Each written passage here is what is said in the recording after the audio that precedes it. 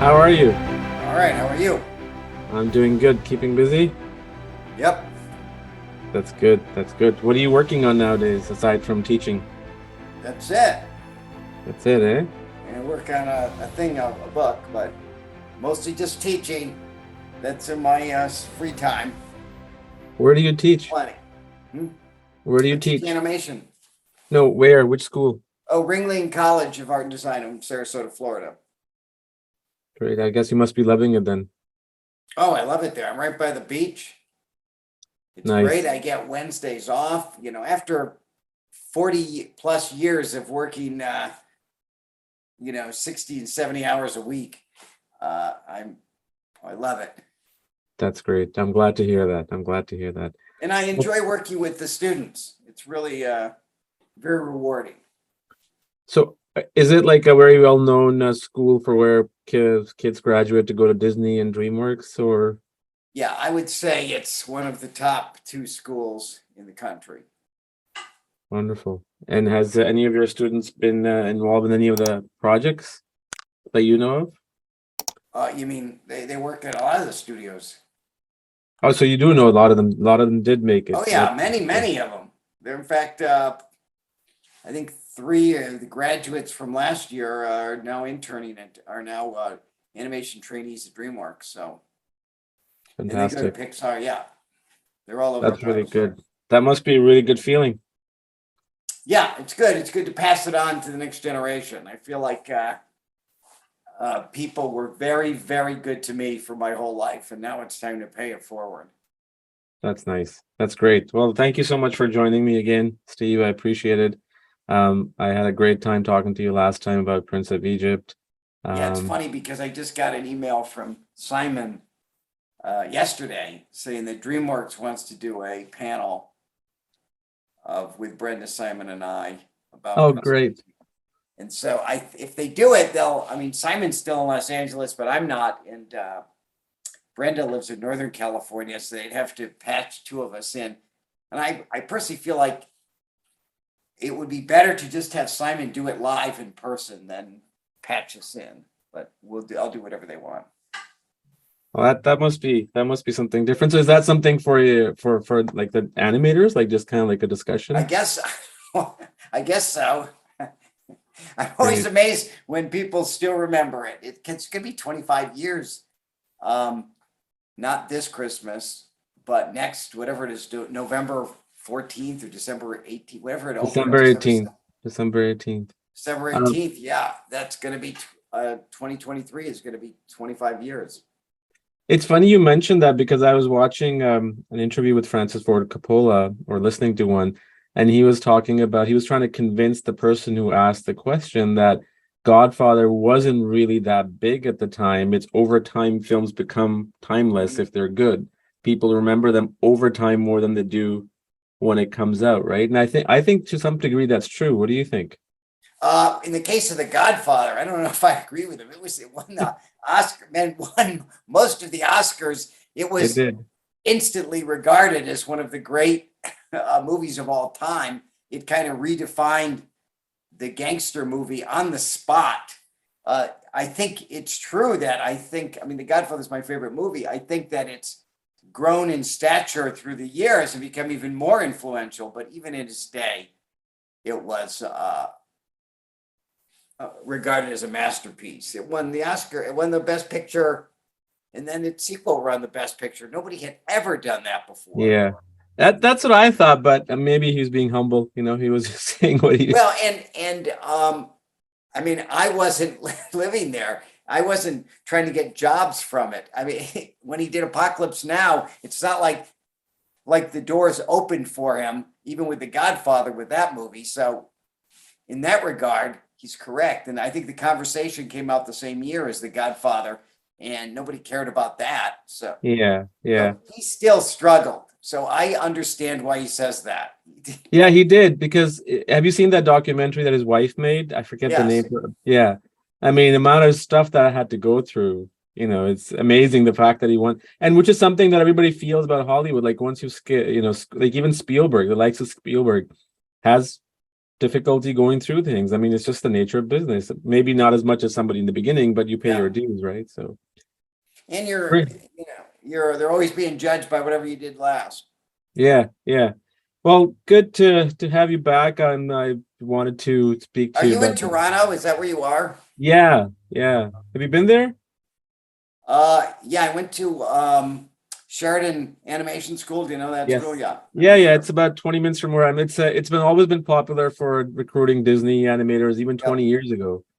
Yeah, Yeah. it's the premier school in Canada to me. Yeah, I think it still is pretty big in terms of animation. It became a very much like a practical place for even filmmaking now, but I think animation is more of a main thing. Yep. Good.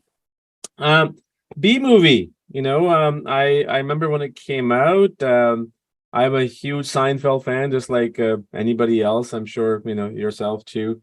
And it when it came out, when even the concept came out, and just to see Jerry Seinfeld doing this, it was quite interesting and different. And just tell me the evolution of Bee Movie. Like, when did you hear about it? How it sort of started? Do you know if Jerry brought it to DreamWorks, or in that regard? Yeah, Jerry did. DreamWorks had tried to get Jerry Seinfeld as a voice artist on Madagascar, because that was clearly a Seinfeldian. And Jerry said that he doesn't do anything that he doesn't write. Just true. Yeah. And he doesn't. If he doesn't write it, he doesn't do it. I don't think he considers himself an actor for hire. He considers himself a writer comedian. And so he doesn't want to do stuff that the material isn't his. And I get it. And it served him well. And you can't argue with it. And so what happened is, the story goes, as he tells it, that he was having dinner with Steven Spielberg, and he was joking around, and he said, "What about a movie about bees called Bee Movie?" And Steven laughed. He said, "I love it." He said, "Let me call Jeffrey about that." He called Jeffrey Katzenberg, and the next thing he knows, he's got a deal to make that movie with DreamWorks. So that's how it started. That's pretty cool. I mean, that's normally how. I wonder if he actually just threw that, the title just to kind of see how I think he Spielberg. probably did. They were probably just saying stuff and were joking around. Yeah. A bee movie about bees. Yeah. No. And how did you? I know you directed Prince of Egypt, and we spoke about that last time in 1998. Well, you started way before that, and this started work in 2004. So, what was your transition on this film, along with Simon, your co-director? So I think I was working on, or just finished working on, Over the Hedge. Okay. And that this opportunity came up, and they had us be interviewed by Jerry at the Peninsula Hotel in Los Angeles. So I went down, I think on a Saturday morning or something, and I think he interviewed Simon first, who I knew because we had worked together on the Shrek 4D ride. So I knew Simon from that. So I think Simon had the first interview, and then I had the second. And so that's where we met Jerry, and we had the interview, and I thought, I hope that goes well. And later I asked Jerry, I said, why did you pick us? Why did you think we'd work? And he said, because my hair was crazy. He said, you had crazy hair. And I thought, someone who wears hair like that has got to be kind of funny. Yeah. What kind of stuff did he ask you, like in terms of like the story itself, or like how would you Not at all. We just talked about, I felt like I was interviewing him. Is that I think it wasn't so much an interview. It was basically to lose the job was ours as long as we didn't blow it. And he walks away going, I can't work with this person. So I was asking him about stuff, and we were talking about animation and other things. I remember I said, I have a question for you. I said, I collect toys, and I have this magazine called Flake, and it says on it that you've read this magazine about cereal box collecting. And I said, did you really? Have you really read? Because it's such an esoteric thing. Have you really read this book about collecting cereal boxes or this magazine? He said, yes. And as you know, Jerry likes cereal. He Well, had it. Seinfeld, right? Yes, it was a big thing in his show, Yeah. the alphabetizing of the cereal and things. So he had a fondness for cereal. So he did read that magazine. So we were talking about that. We were talking about cereal. Got it. So it was more of a conversation than anything Yeah, else. yeah, yeah. And just talking about things in Mary animation. Not too much about the story so much. Yeah. I don't remember. How much had you read the script before you met Jerry, or was it Yes. after? You did. Yeah, I think so. I think so. He had given us the script, and then he made, I can't remember. It seems like we had, and then we had this meeting at DreamWorks, which they like to do, where they gave a whole bunch of people the script, and they all came in and gave Jerry notes. And for like 3 hours, he sat there and got notes from everybody on how to improve his movie. And then when everybody left, I said, Jerry, how do you do that? How do you sit there and take all those notes? And he said, I said, isn't that difficult to have people constantly giving you notes and stuff? And he goes, no. He said, I listen. And if I think there's a good note, I write it down and put it. He said, but I'm under no obligation to use anything they say. So he said, I just use it as a informational gathering thing. And I thought, boy, that really is smart. I mean, normally we always feel like we have to use the notes in some way, but he was in a position where he didn't have to do that. So he had the best of both worlds. He would get all these notes coming in with ideas, and he only had to use the ones that he liked. So if he disagreed with something, he didn't do it. Yeah, no, I wonder if that has anything to do with him being Jerry Seinfeld, or is it just like but he seems like a pretty, like, I've seen a lot of his interviews. He just seems like a very chill guy, like even with the coffee and cars, like he just seems like a very relaxed guy. What he is on TV is what is he in real person. Yes, that's what he is. And having been around him like out in public, it's very interesting because the difference between a movie star and Jerry is that Jerry was a TV star, a huge TV star, the number one show. And people got used to seeing Jerry in their living room every Thursday. And so he's like a friend, which a movie star isn't. They're up there in the movie theater. And so the public has a different relationship with TV people because they're like their friends, they're like part of their family. And so they had that familiarity with Jerry, and he's very approachable. So I think that's frankly one of the things that's allowed him to stay relevant and in touch with people is that he's not in a vaulted, cocooned world. It doesn't have anything to do with people. And that lets him stay in touch with people so he can continue his comedy. Because if you did live in a cocoon, very quickly you would lose what makes Jerry Jerry, which is being able to observe life and comment on it. And if you live in a bubble, you can't do that anymore. So he's, fortunately for him, he's cultivated this thing where that never happened for us as an audience, where he doesn't have that happen. Yeah, no, he's and I think it's also the way the character Jerry and Kramer, Lane and George, like they were just like very average people, right? You know, dressed casually. It wasn't like anything over the top, and people tapped into that for sure. Aside from the humor, of course, which was top notch. Jerry said that he never had wardrobe on the show. He said he was the one person who didn't have wardrobe. He said, whatever I wore in that day, that's what I wore on the show. That's great. And he wanted it that way. He said, I don't want all this. I don't want to worry about that stuff, all the wardrobe and stuff. I just want whatever I wear, that's what's going to be. Whatever I wear that day, that's what I'm going to be wearing on the show. And that probably gave him a lot of ease. Like, you know, when you're wearing what you're comfortable with, you're truly yourself, as opposed to, you know, trying to find your place in the clothes and you're uncomfortable. Well, I think that's why he always, you know, said to, I remember one time we were recording something and Jeffrey Katzenberg said to Jerry, he said, Jerry, it sounds like you're laughing when you're delivering this line. And Jerry said, Jeffrey, have you ever seen the show?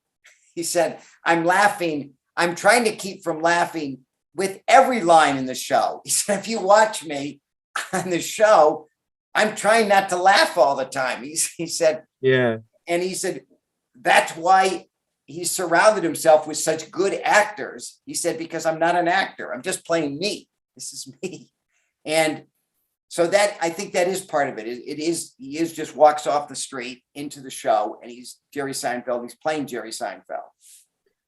And I'm glad that you mentioned that, because I saw that I think it was like behind the scene on Seinfeld, that if you really pay attention to over the shoulder shots of when he's talking to Kramer, especially Kramer or George or Elaine, and you look at his side profile, you can see him like his cheeks are like already like smiling or laughing. In every take, he's up to something, and that's just his personality.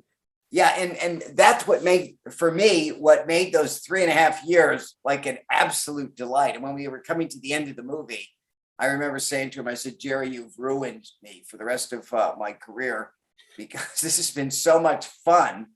And he was in the position of his life that if it isn't fun, I'm not doing it. If it's not fun to go do it every day, I don't want to do this. And that's what it was like to work on Bee Movie with him. Is I think he had fun. I had the best time. I loved it. If I could have, I would have done that for the rest of my life. I would have had Bee Movie, never finish. But he said from day one, he said there wasn't going to be Bee Movie 2. He said, I did one TV show. I'm going to do one movie. Yeah. And interestingly, he's directing a movie right now, that Pop-Tart movie. Oh, he is. I'm not aware of that. I'm sure by now he's finished shooting it, but you were shooting it in LA in the summer. What is it called? It's I don't know what it's called, but it's about Pop-Tarts. It's from that Pop-Tart routine that he did. Okay. Well, I'll look that up. And speaking of that, working with Jerry, I mean, one of the things I saw in the special features on the DVD, which is like a normal thing now, but back then it was like a huge deal. Like, he was in New York because he didn't want to leave New York for the recording or for some meetings or something, right? Is that correct? He would sometimes be, but he would be in LA like every other week. He was in LA a lot more than I expected. What was that like? I mean, now I know we have Zoom. It's like a normal. It was like Zoom, except better, because they built an editing room in his studio, in his work area in New York, that had like perfect picture. There was no delay at all, and perfect picture quality. So we could run our editing machine in absolute sync with what he was seeing. And we had cameras around the room, and we could talk. And so and we had a big television over the thing. So it worked very well. So it wasn't as good as having him in the room. I will say that. It was always better if he's in the room. Yeah. You're in that, 3-dimensional space, and so it's about 85%. The other 15% is that incredible thing you get by having him in the room. So was he working with you and Simon and Nick Fletcher, or were there more people involved? Okay. Yeah. Oh, there was more. There was Christina Steinberg, and Craig Rittenbaum was there in a lot of the meetings. Was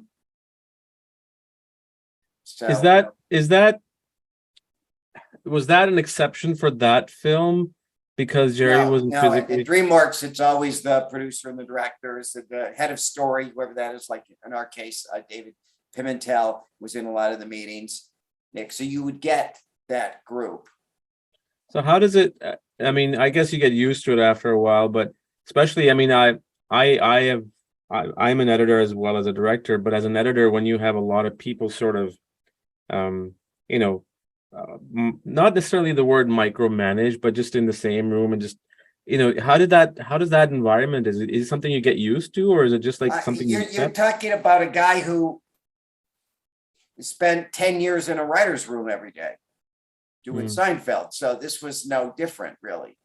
No, I meant for the editor, like for Nick, for example. Oh, for Nick, I I think Nick is used to it. He started with Richard Williams. I think Nick Fletcher is the best animation editor in the world. He Period. is. Full stop.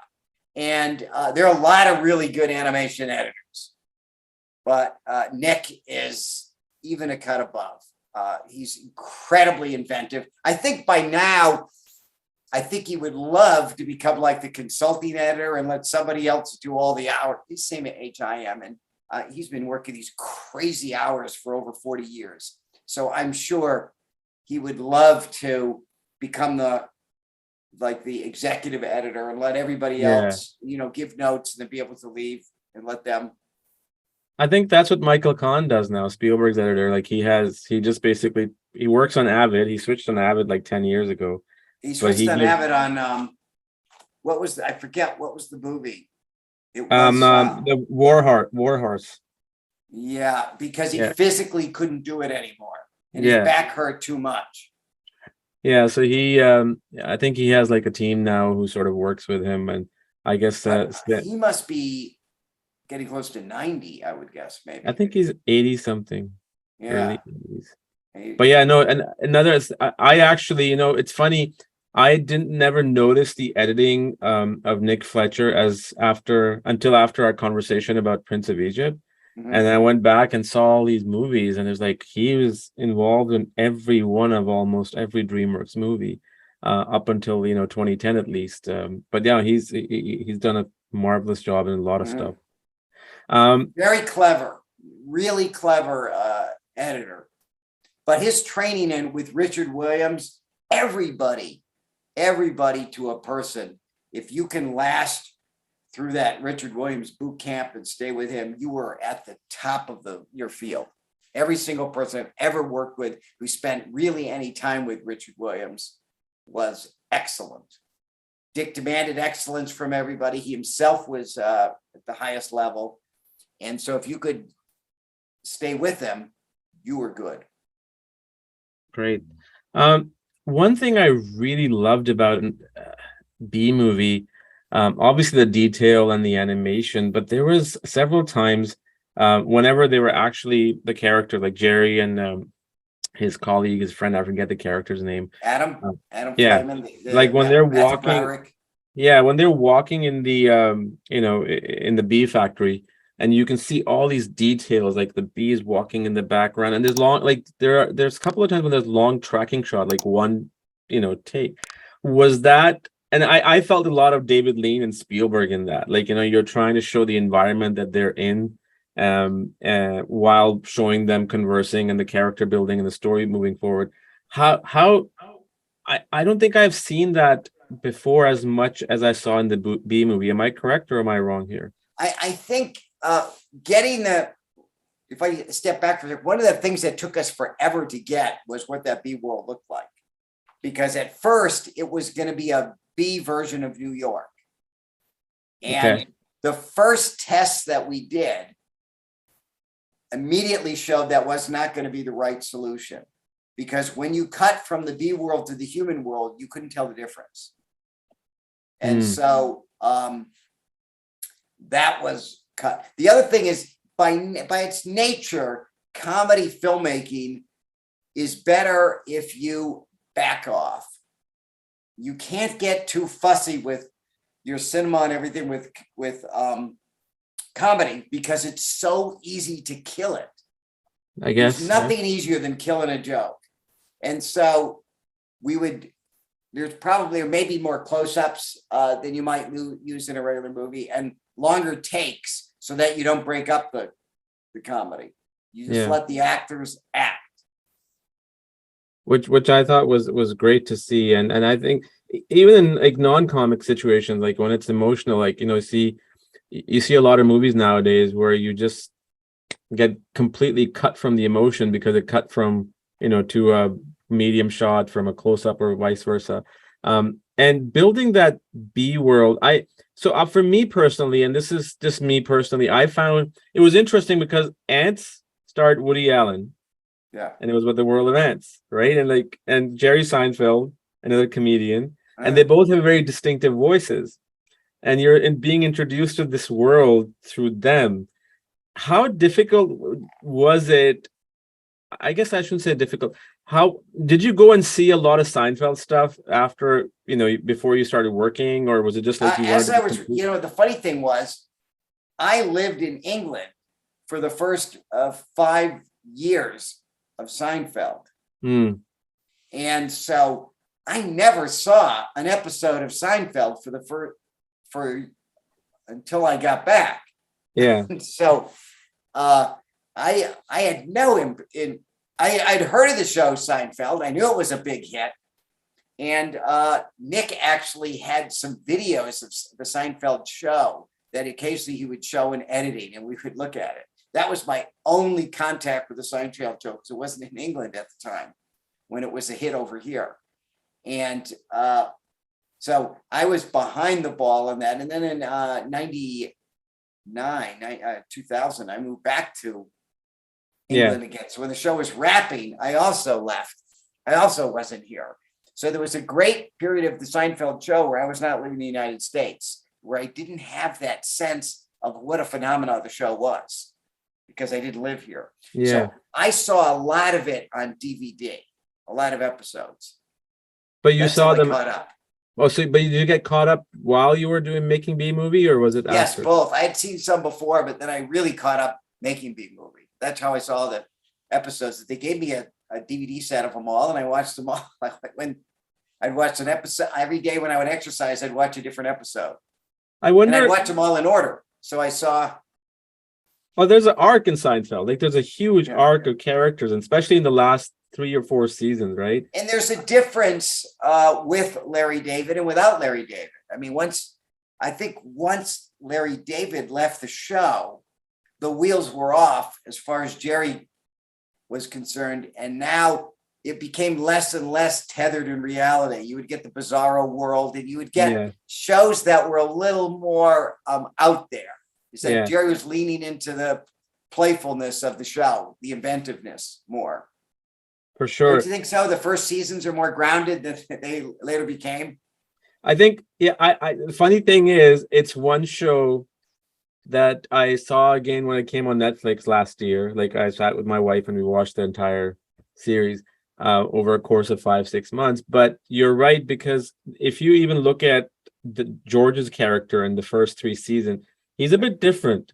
He's not really a loser type as he becomes later in the show, but it's done very distinctively. But you're right, the show was very grounded before while Larry David was there, and then after that, it was just kind of like anything is possible in Jerry's world, right? Like it was really fun like that. I love that he went that way. Yeah, like I mean, and any other show is like, what are you doing? But in Seinfeld, it was just like, you will have Elaine dancing and kicking, and then you'll have like the rooster cockfighting. I mean, who thinks of those things, right? Like you don't think of that in mainstream show. But what I wanted to ask you, I wonder if you had seen Seinfeld, because the thing with Jerry Seinfeld is his humor is very different. Like you have to be very witty to understand his comedy. And unless, like for me, I got Bee Movie because I knew Jerry Seinfeld from Seinfeld, right? Like his character. If I had not known Seinfeld, I wonder if I had understood Bee Movie as I did. And I wonder if that... You know what's weird? When we were making the movie, the assumption was that it was going to be the Seinfeld audience was going to go see it. When the movie came out, in fact, it was not that at all. It was the kids that made that movie. It was not the Seinfeld people. The people who made Bee Movie were too young to have ever seen Seinfeld. That's interesting. Yeah, when it was in the theaters, the audience was completely young kids. Maybe some Seinfeld people, but mostly young kids. I think since then, it might have grown and became, I think, the number one meme in the United States in 2017. Bee Movie was like the number one meme. Oh, was it? Okay, I don't know. Okay. According to Vanity Fair, I think that was. Got it. Was there any technological breakthrough in this film? Because I find I think Kung Fu Panda came a year after this, or 6 months after this. And I was just speaking to Mark Osborne and John Stevenson we did an episode on Kung Fu Panda. And the detail in Kung Fu Panda is just another level. But if Yeah, you it's look at fantastic. but if you look at Bee Movie, I mean, it's nothing short of that. But the only time I felt was, I mean, looking back at the time, it was groundbreaking. But just looking back at it, I felt the world, the Bee world, to this day is timeless. Like, it just, the detail of the fur, the movement. When it came to human characters, especially the character that was played by Renee Zellweger, Vanessa. yeah, but it wasn't. I don't know if it was intentional. It wasn't up to par now as it is as Yeah, the B world was. no question. And we had like less time to animate it in a larger crew. The great thing that Kung Fu Panda had, and why it is so good, especially the first one, Yeah, which I love, is that they had a smaller crew and a long time to make that movie. So the animation level is fantastic. We had a shorter time with a bigger crew, and it's always better to have fewer people for a longer time.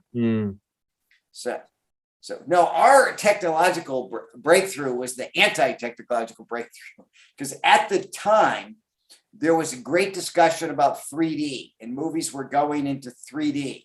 right. And Yes. there was a discussion whether to try to get B movie made in 3D. And Simon Smith, who comes out of layout, was adamantly opposed to it, for the reason that he said, we can't make this movie in 3D. Like 90% of our shots, I don't know what the real percentage is, but a huge percentage of the shots is Barry, when Barry's with Vanessa, is Barry like a quarter of an inch from the camera lens, and Vanessa's across the room. So if you did it in 3D, you would see that they're supposed to be right next to each other, but they were nowhere near each other. That's why many times we could not move the camera, because if the character's that close to the camera, if you move, they swing right out of the shot. Yeah. So the scale difference between Barry and Vanessa was so massive that we had to use that cheat of putting it so close to the camera. So we never could have done that movie in 3D, or at least not the way we did it. Yeah, no, I'm glad you didn't, because I mean, I know there are some sequences in there, like, which also I was reminded of, like Star Wars, like the TIE fighter, like when Barry is just going through the rain and through the alleyways and everything. But you mentioned about sizes, and I remember thinking about this when I saw the film when it came out. Like, how difficult was it to deal with that, the size difference in every shot when Vanessa and Barry were together? Like, was it very challenging, or? It was constantly, and it was in those storyboarding, it was in all the time. We constantly had to put things next to Barry that remind you of the scale. And in general, we never did like choker close-ups on Barry. A close-up on Barry would be more like what I am right now. Because the minute, if you go from a close-up head to a close-up head, like a close-up head of Vanessa, a close-up head of Barry, they begin to look like they're the same size. Exactly. Yeah. And so you don't want that. So you can have a close-up of Vanessa or Ken or whoever the human is. But when you go back to Barry, you need to be wider so that you see more of his body, and you need to have cues around him that tell you, reinforce, like putting him next to a pencil, a thimble, a box, a microphone, constantly reminding you that he's only this big. Yeah, I noticed that in the court scene, and I noticed that in the kitchen scene, Vanessa's kitchen scene, like when you see like the bottle of jam or honey, or obviously the grocery store when he's flying around the honey bottles, which the Ray Liotta I thought it was hilarious. I mean, it was so sad when Ray Liotta died recently, because he was such a trooper. He was such a good sport about playing that role and making fun of himself. He really leaned into it. He was completely uninhibited about doing it. Yeah, no, I think I was watching the commentary track, and Jerry and yourself and a bunch of others, Simon, said the same thing, that he's one of these only actors who can make you laugh, who can make you cry, and at the same time he can make fun of himself. Like, it's very rare in Hollywood to have someone like that.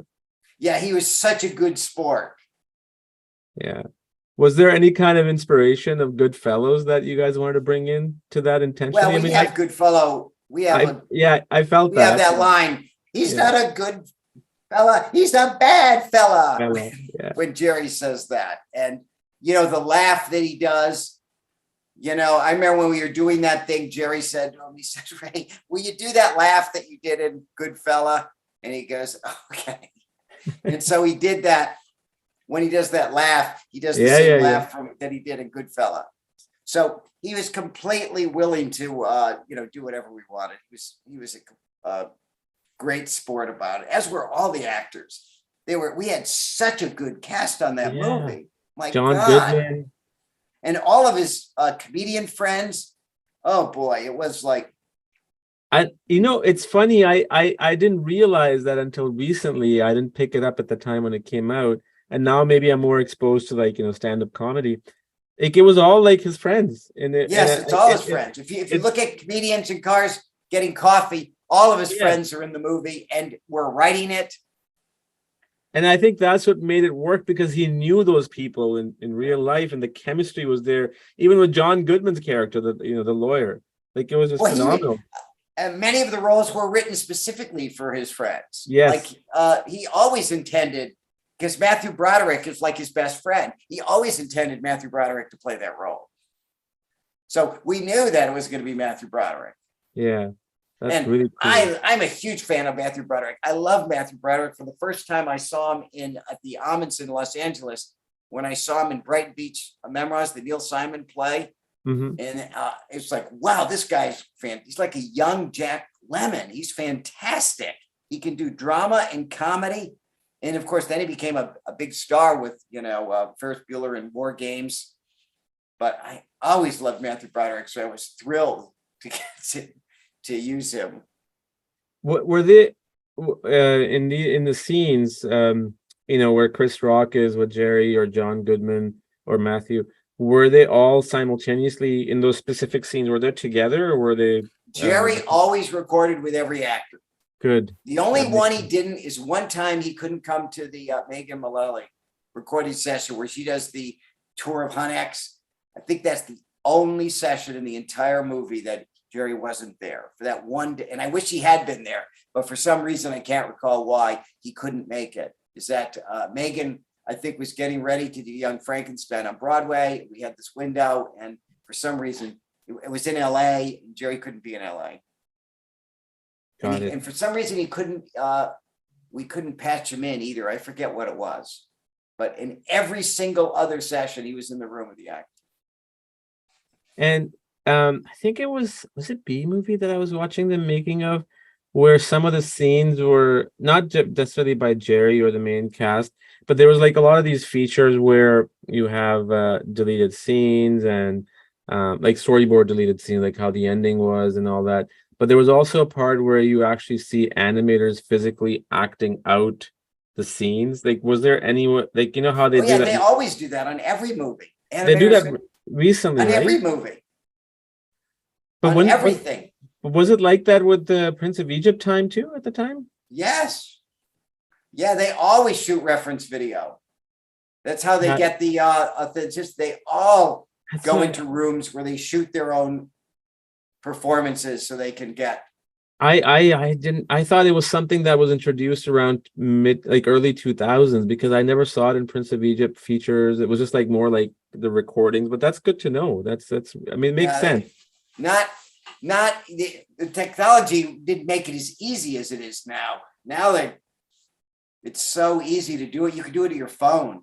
Oh yeah. If you quickly needed something, and you wanted to do it alone, you could hold up your phone and capture it for yourself right there. Yeah. If you don't have time to go into a room, it's just the tools are so available now that all of them are done like that.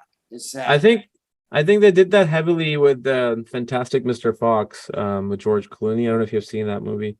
I love it. Yeah, it's a great movie. And you see him eating cereal, and there's a small crew, 4 or 5 people in the room, and they're just recording on a camcorder, and just for reference purposes, which is great. And I wasn't aware of the fact that they did that in Prince of Egypt too, which is good to know. Yeah, maybe not as intense. Much. I don't know if they have reference and stuff. Sometimes they just do it in the mirror. Yeah. But it's so much better to do it on video.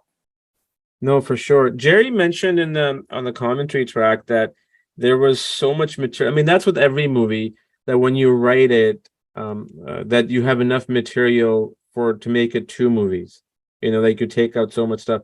But I think it was Jerry, maybe yourself and Simon were talking about that there was enough stuff in there to turn it into three films if they wanted to. That was so much Well, of the taken out. there's never been, and I don't think ever will be, a movie in the history of animation that will have as many recording sessions as we had on Bee Movie, because no other movie has the main actor in the room with you every single day so that you can constantly be recording. We were recording almost every day of that 3.5 years, and sometimes multiple times in the day. Wow. If we were in edit, there was no, normally you have a temp track of scratch actors doing lines.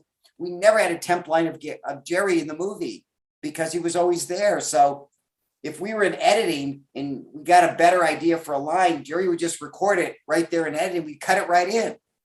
So there's never been a movie that has as many recording sessions, or ever will be, I think, as we had a Bee Movie. We were spoiled. It was such a luxury to never have any scratch dialogue in your main actor, and to have that accessibility to the main person, so you can constantly be changing stuff.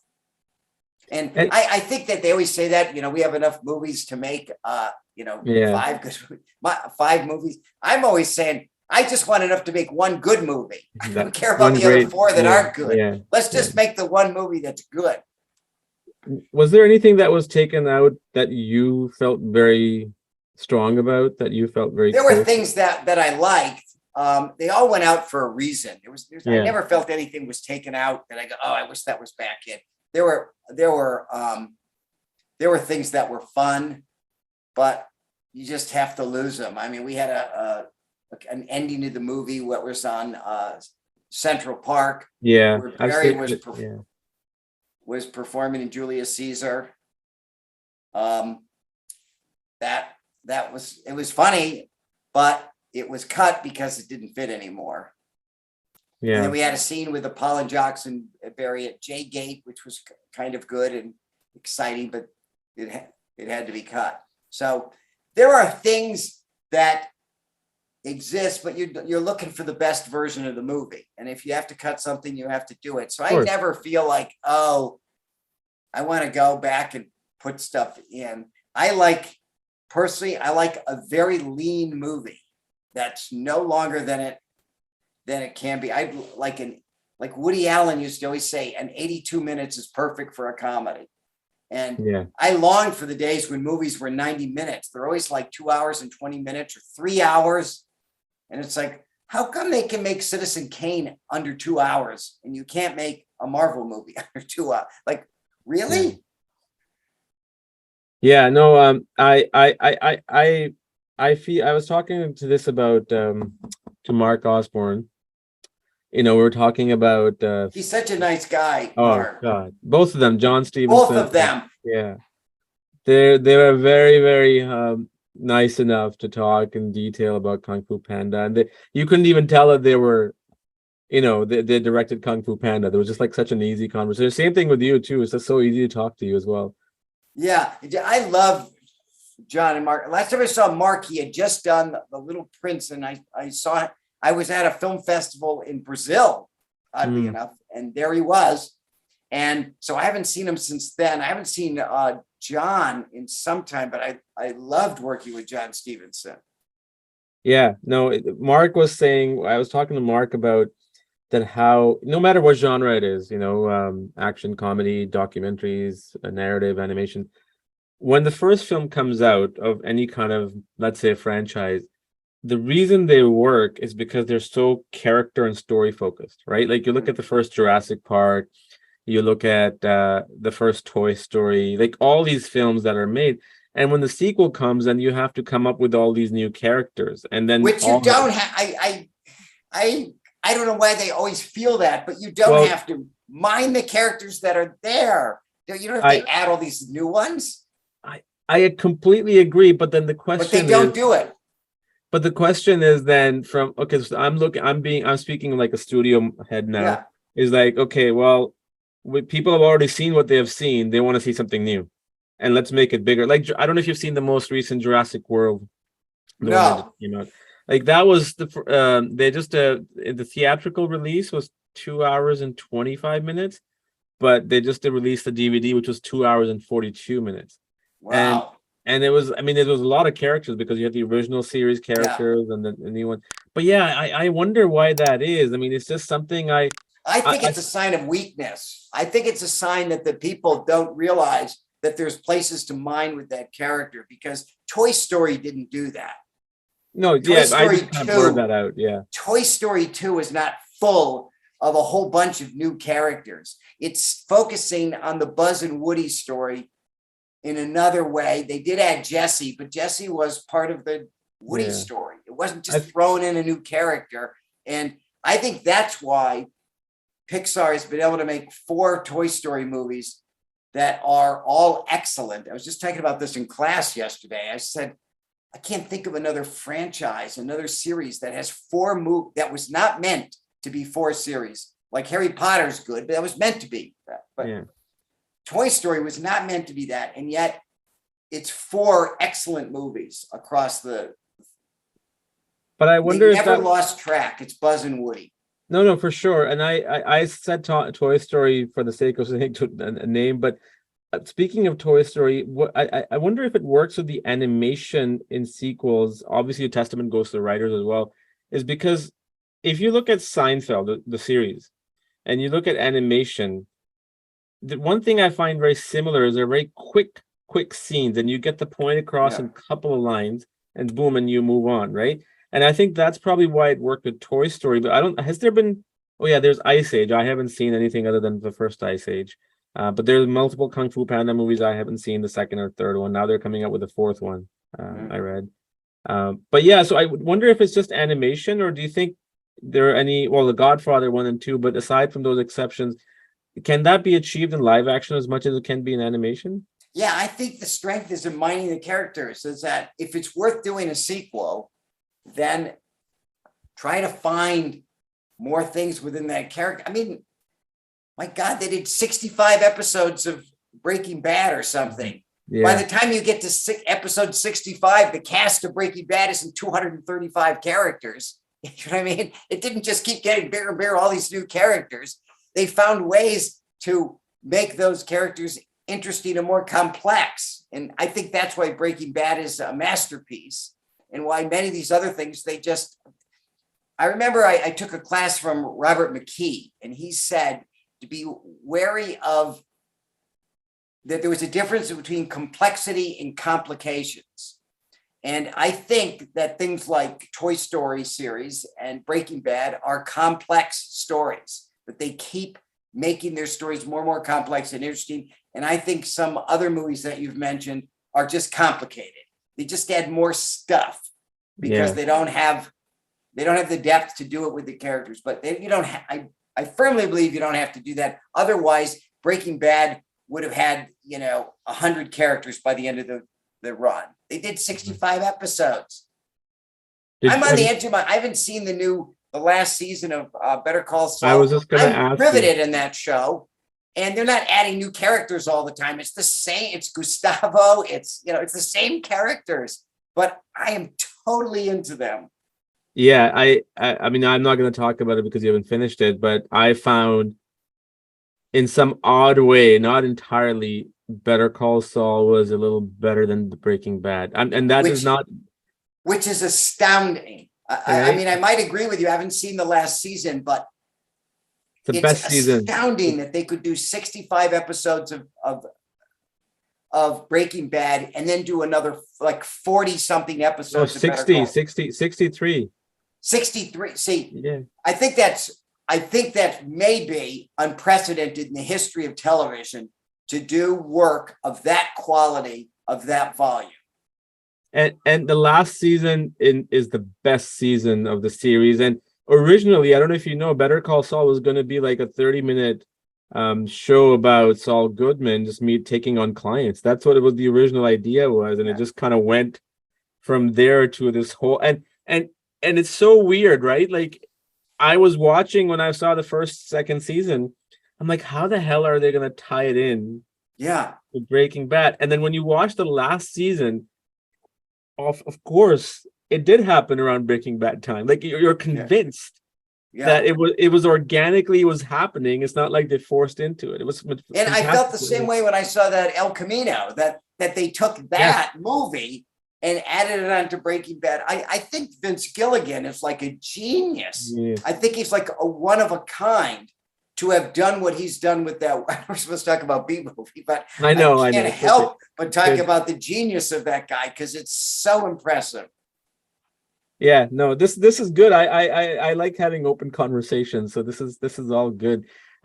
Going back to the storytelling of Bee Movie, one thing, I don't know if you noticed this. I mean, I've seen Seinfeld so many times that I picked up on this, and I don't know if it was intentional on Jerry's part. The series of episodes in Seinfeld where they're trying to make a show called Jerry, and they go to NBC and propose this, make this pitch. It's like it's a, you get into an accident with this guy, and the judge decrees the guy to be Jerry's butler. I don't know if you remember that. There's a whole, And I think that comes from, Jerry was on that show Benson, yeah. and he was fired from the show Benson. Okay, so it comes from that because So I I was wouldn't be surprised if and Benson had a butler, right? yeah, because I, Yeah. I saw the similarities of the court thing with the B movie premise too, like how he's trying to I go think Jerry just likes courtroom dramas, probably because they're very dialogue heavy, and there's drama. You can't go in a court. It's why there are so many courtroom shows. The minute you're in a courtroom, there's drama, yeah, yeah. No, that's true. and And you can't hide from it. You no, have to answer questions. You can't hide. It's really a charge. It's a great place. and that's something that he mentioned, I think, in the commentary track of B movie too, is that, and when I heard that, I'm like, okay, that makes sense about Seinfeld too, is that with B movie, he wanted the locations to change Yeah. constantly, obviously, relevant to the script. And that's the same thing was because if movement, right, in any kind of storytelling and location changing with Tempo with comedy is very yeah, important. and it works so well. And Jerry, the character that Jerry plays, B Benson, he's in almost every single frame Yeah, of the he's film. in. He almost never cut away from Barry. Was that something that obviously came with the writing, or was that something that was intentional? Or Probably because it probably happened just by the nature that when you cut away from him, it's less. The thing you worry about is you just lost the comedy. yeah, yeah, Is that now it's going to be like exposition and just storytelling.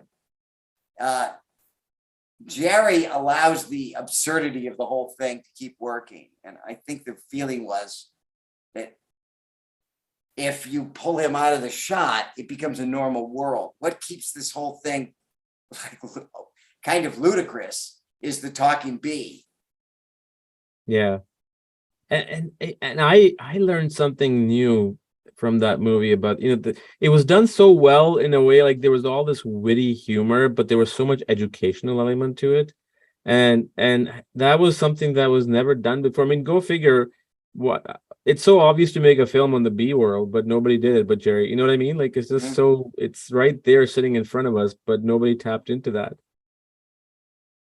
Yeah, and I was just thinking about what you said about Jerry's on it all the time. It's like when I was young and would watch like the Marx Brothers, I didn't like it when they cut away from the Marx Brothers. I don't care about the other guys.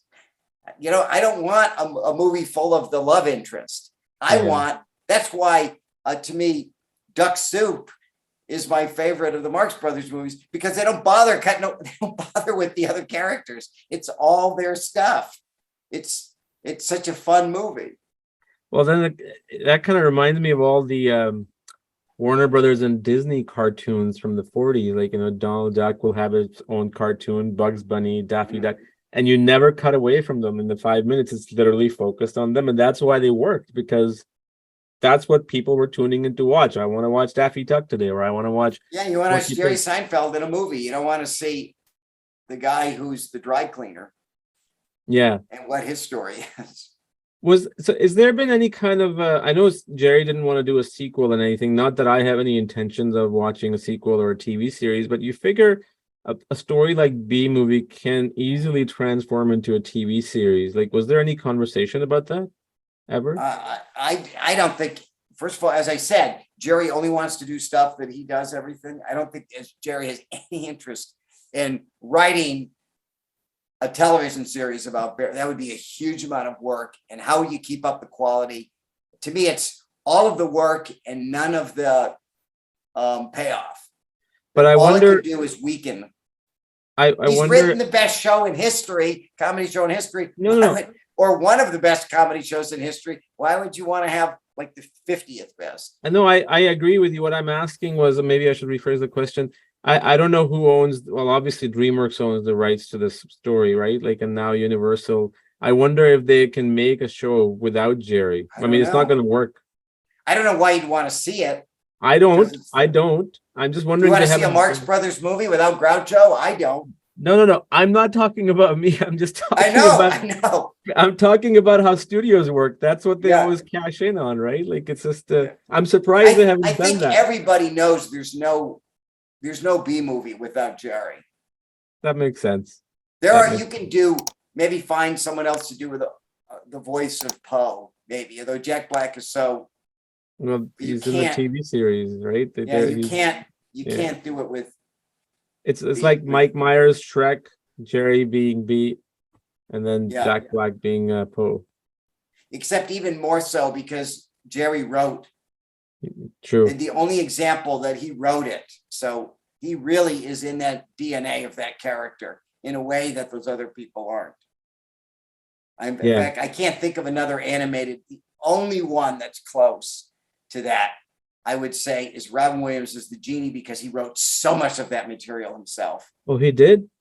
Well, he improvised. You can tell. They clearly had written a lot of stuff, but he improvised. So maybe that makes sense. Maybe, maybe 40% was improvised and 60% is the script, or maybe it's even 70% is the script. But he's improvising even the narrative line so much and making it his that you can't separate Robin Williams out of that genie. I wonder why he didn't come into any of the DreamWorks films. I mean, that would have been perfect. Well, he did. He did Fern Gully, and he did. But Fern Gully was 20th Century Fox. That was in the early 90s, 2000s, I think, or late 90s. But I don't think he came in any of the DreamWorks films. No. Right? No. Well, there was that. You remember there was that incident when Aladdin came out where Jeffrey had promised not to use Robin Williams in commercials, and somehow they used him in a commercial. Oh, I don't know about this story. Yeah. That's okay. We don't have to get into it if it's so that might have tainted it. I don't know. I mean, Jeffrey apologized profusely, and he got a Picasso out of it, but that might have been a factor. I have no idea. But also, I feel like, oh my God, once Robin Williams had done the genie. Yeah, there's nothing to top it, right? How are you going to come up with something to use his talent better than that? I mean, he's incredibly talented. He was an incredibly talented guy. But as an animator, I would be so intimidated I can't use that kind of freewheeling, spitballing thing because the genie did it so well. Oh, he did. And it's the same thing with Woody and Buzz Lightyear and Toy Story movies, right? Like, I don't know if you saw the most recent Buzz Lightyear film. I didn't like it because there was no Tim Allen. I mean, there's no. I liked it, but the whole time I was thinking, why didn't they use Tim Allen? Well, their whole theory was that it's toys made out of. Toy's voice is always different than the original character, right? Yeah, like, but I don't know what the reason I'm a toy guy. I can tell you that as for a toy person, they want the original voice in the toy. They don't want to sound alike. I wonder if it had any kind of political reason behind it, but I probably wanted someone who's a bigger star than Tim Allen was, but Even It Tom really Hanks could have said it. used Tim Allen. I Yeah, really loved it. even Tom Hanks said after watching the film, he's like, I didn't realize there was no Tim Allen and Buzz. I mean, which is you can't have Buzz and Woody without Tim Allen and I Tom feel the Hanks. same way with like Dory and Same thing, yeah. I mean Ellen DeGeneres' Dory. She's so perfect as that character. She's so perfect. Perfect. Or I think Nathan Lane and Timon is brilliant. Or Eddie Murphy and Donkey. Those are Oh yeah, chemistry. like the absolute best married a voice and character that I think Nathan Lane as Timon was brilliant. And it's interesting you mentioned that, right? Like because when you're watching certain films and you know that who's voicing them, but when it comes to Timon and Pumbaa, and when it comes to Shrek and Donkey, and several other examples, Buzz and Woody too, you just think of them as Buzz and Woody and Shrek and Donkey. Like you don't think about Tom Hanks, Eddie Yeah. Murphy, Tim Allen, and that's a testament to the chemistry that they develop, right? Like these are Yeah, real because Tom people, Hanks is an enormous star. And huge. yet he doesn't like eclipse the character of Woody. It doesn't become Tom Hanks. Is that Tom Hanks and Woody are one person? That's Yeah, a tribute to the quality writing of the Pixar team to allow that, because it would be very easy for the actor to eclipse the character. yeah. Um, were you involved, or was it more of the marketing team in any of those live action trailers they made with Jerry Seinfeld? Yeah, The one Jerry wrote them with his friend. I mean, we sometimes were in them or something. I think I might have been in one, but not really. there were two. One was with Spielberg, where he pokes fun at Spielberg. Those trailers. Yeah. Oh yeah. Were you We were involved in there those? when they filmed that. Yeah. So, but was that written by Jerry, or was that? Yes. Everything is written That's crazy, by eh? Jerry. Nothing with him is gonna not be written by him, or he's not gonna do it. I guess that's Jerry Seinfeld. I mean, he has the That's upper that's how hand. you protect your brand. Yeah, yeah, That's how you keep it so that that's what it is. And to Jerry, the most important thing he owns for him, I can't speak for him, but I suspect he would say this, is he sees him first as a stand-up comic. I agree. I think I've heard When him he say gets that. his obituary someday, when he's in the pantheon of entertainers, stand-up comic comedian he's gonna want to be the first thing. So not TV show, stand-up comic. It's a holy grail.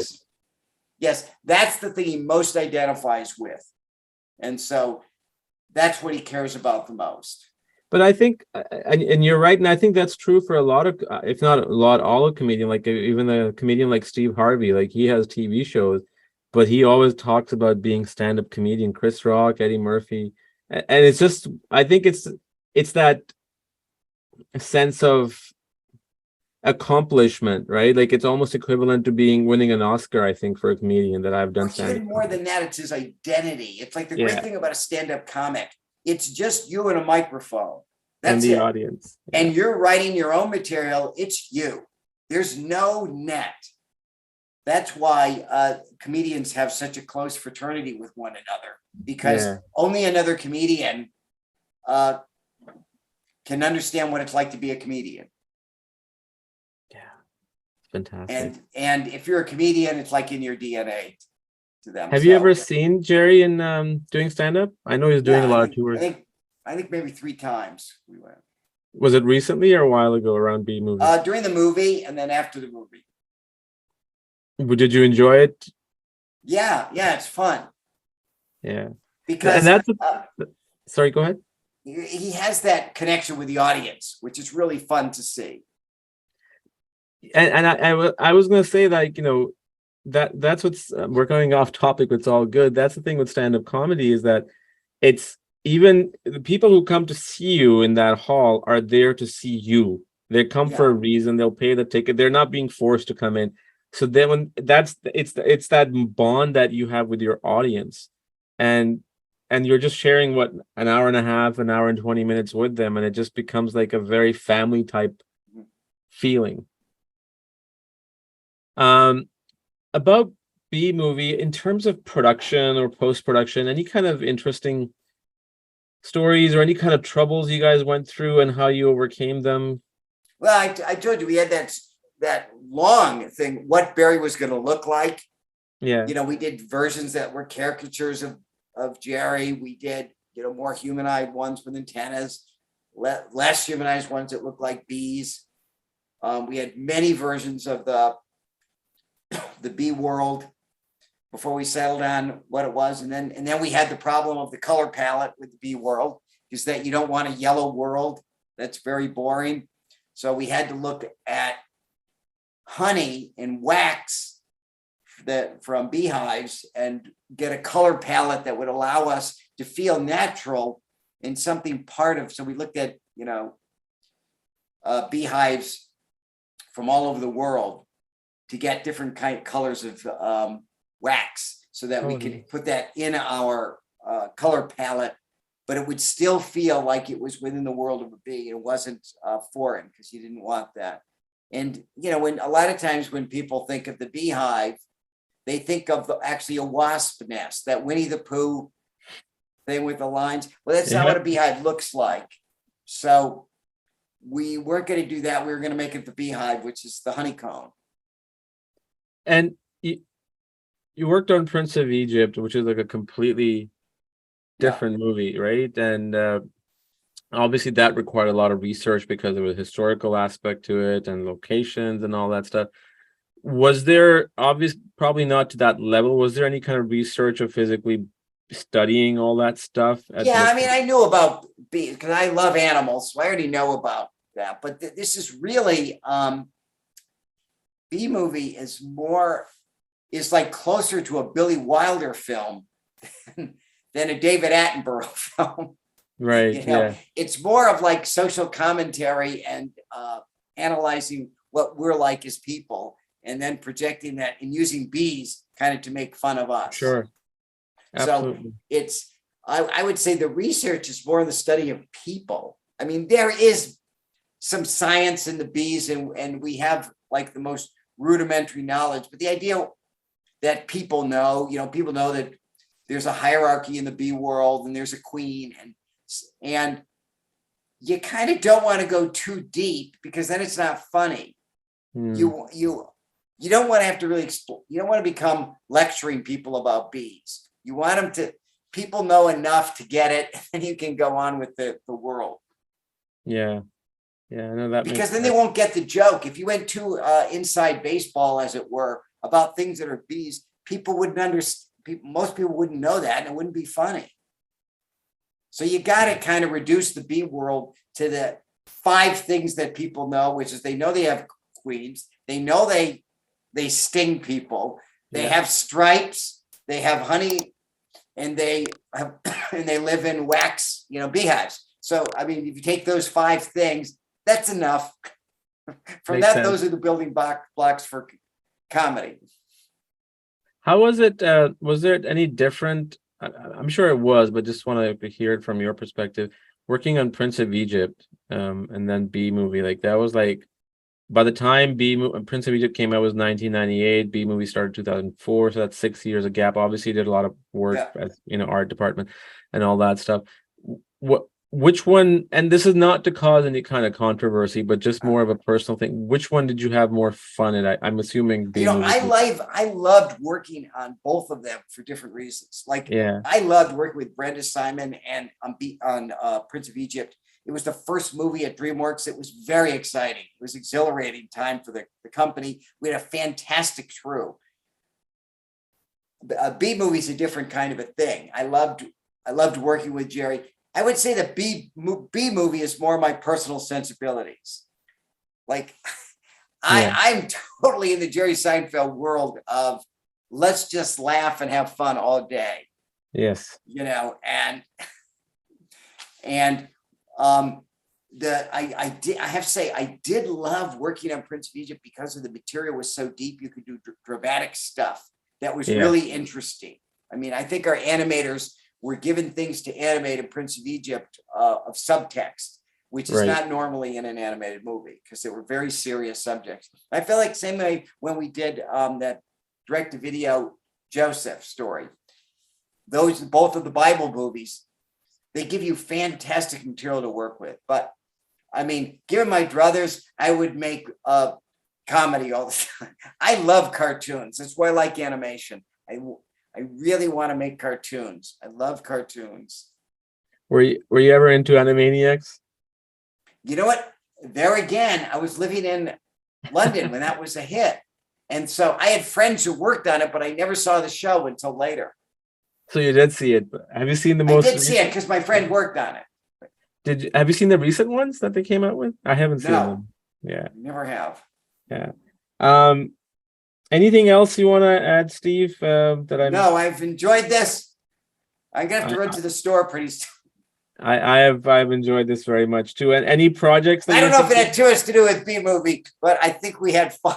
No, the thing is, we had a great conversation, but we did talk about Bee Movie in a sense that we didn't overstretch it too much just for the sake of it, right? It's like and you know, to be absolutely candid, I'm much more interested, and you can probably tell that, talking about everybody else's work rather than my own. I know, but I would sit and spend an hour easily talking about Breaking Bad and The Godfather and Toy Story and Finding Dory and Finding New, because I love other people's work. There's nothing more fun to me than looking at something, or Kung Fu Panda, than looking at something that's of excellence. I love it. Maybe we should do that sometime down the road. Okay. Sounds great. Thank you so much, Steve, for your time. And all right. I hope you have a great weekend. Okay. Take care. Bye-bye. I hope you enjoyed this episode. Thank you so much for watching and listening. Don't forget to subscribe, like, share, and comment. And do come back for another episode. Until then, have a great day.